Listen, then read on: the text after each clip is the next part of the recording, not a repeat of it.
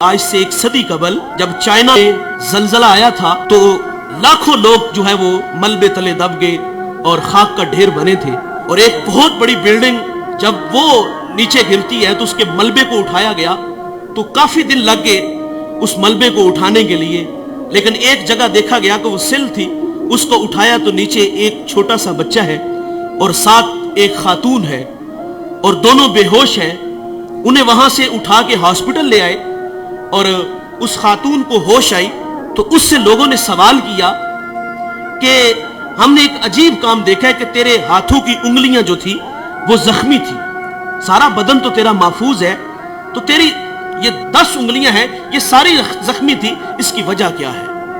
تو وہ خاتون کہتی ہے کہ یہ میرا بیٹا 2 دن تو میں اس کو اپنے چھاتی کا دودھ پلاتی رہی، اور جب دودھ خشک ہوا تو میں اپنی انگلی اس کے منہ میں ڈالتی، کبھی اپنی زبان اس کے منہ میں ڈالتی، کیونکہ زبان بھی کانٹا بن چکی تھی، لیکن یہ بیٹا خاموش نہیں ہوتا تھا، روتا تھا، اور مجھ سے اس کا رونا دیکھا نہیں گیا۔ اور وہ خاتون کہتی میں اپنی انگلیوں کو کاٹتی، اس کو چباتی، اور جب خون نکلتا تو میں اپنے بیٹے کے منہ میں انگلی رکھ دیتی، اور میں نے اتنے دن اس بیٹے کو اپنا خون دے کے اس کی جان بچائی ہے۔ اور یار ماں اپنا خون دینے کے لیے بھی تیار ہے، ماں کتنی اولاد کے لیے محنت کرتی ہے، سلائی مشین چلا رہی ہے، گھر میں فٹ بال سی رہی ہے، اور بوڑھا باپ فیکٹریوں میں دھکے کھا رہا ہے۔ ہم اکثر رات لیٹ گھر جاتے ہیں، کسی شہر سے گزر ہوتا ہے تو فیکٹریوں سے ہم دیکھتے ہیں کہ جوان بھی نکل رہے ہیں اور رات 2 بجے بوڑھے بھی نکل رہے ہیں۔ جوانوں کو دیکھ کے تعجب نہیں ہوتا، بات سمجھ میں آتی ہے کہ ان کے خواب ہیں، کچھ سپنے ہیں، یہ بڑا گھر چاہتے ہیں، یہ بڑی گاڑی چاہتے ہیں، اس کے لیے یہ 18 گھنٹے محنت کر رہے ہیں۔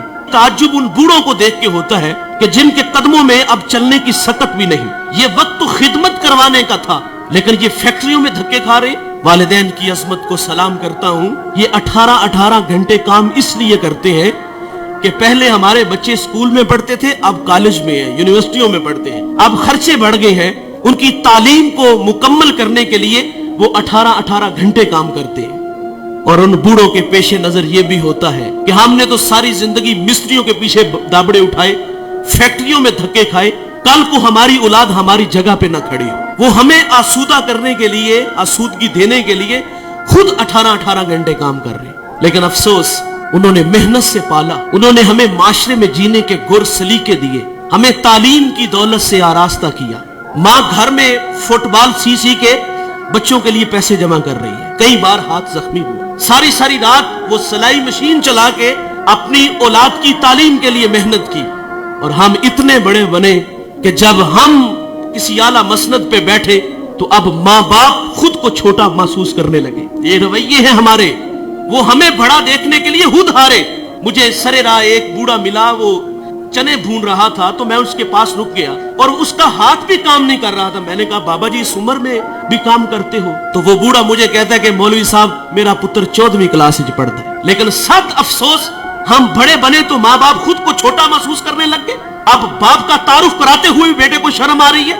او بھائی، تم علامہ ہو، تم مفتی ہو، تم بہت بڑے پیر ہو، تم بہت بڑے سیاستدان ہو، پورے ضلع کے تم مالک ہو، لیکن صاحب جب گھر آیا کرو نا تو یہ سارے سٹار، یہ سارے اعزازات اتار کے آیا کرو۔ جب گھر میں داخل ہوا کرو تو وہی 25 سالہ پرانا ببلو بن کے آیا کرو۔ امام اعظم ابو حنیفہ رحمت اللہ علیہ، کتنا بڑا نام ہے، آپ کے استاد حماد رحمت اللہ علیہ کی مسند پہ بیٹھے ہوئے ہیں، آپ کا فتویٰ چلتا ہے، اور ماں امام اعظم کو وہی بچپن کا وہ جو ہے وہ بھولا بالا بیٹا سمجھتی ہے، اور ماں اکثر کہتی کہ مجھے یہ مسئلہ درکار ہے، یہ میں نے مسئلہ پوچھنا ہے، فلاں جگہ ایک بوڑھا عالم ہے، چلو اس کے پاس مسئلہ پوچھنے چلتے ہیں۔ بیٹا یہ نہیں کہتا ماں میں خود بہت بڑا عالم ہوں، ماں نے کہا اس عالم کے پاس جانا ہے تو امام اعظم سواری تیار کرتے، ماں کو اس پہ بٹھاتے اور خود نکیل پکڑتے اور آگے آگے خود چلتے، اس عالم کے پاس جاتے، دستک دیتے، وہ باہر آتے تو اس کی حیا سے نگاہیں جھک جاتی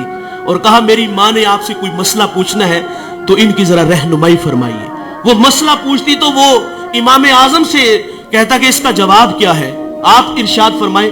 آپ آہستگی سے فرماتے اس کا یہ جواب ہے، اور آپ تھوڑی سی اونچی آواز میں میری ماں کو مسئلہ بتا دو۔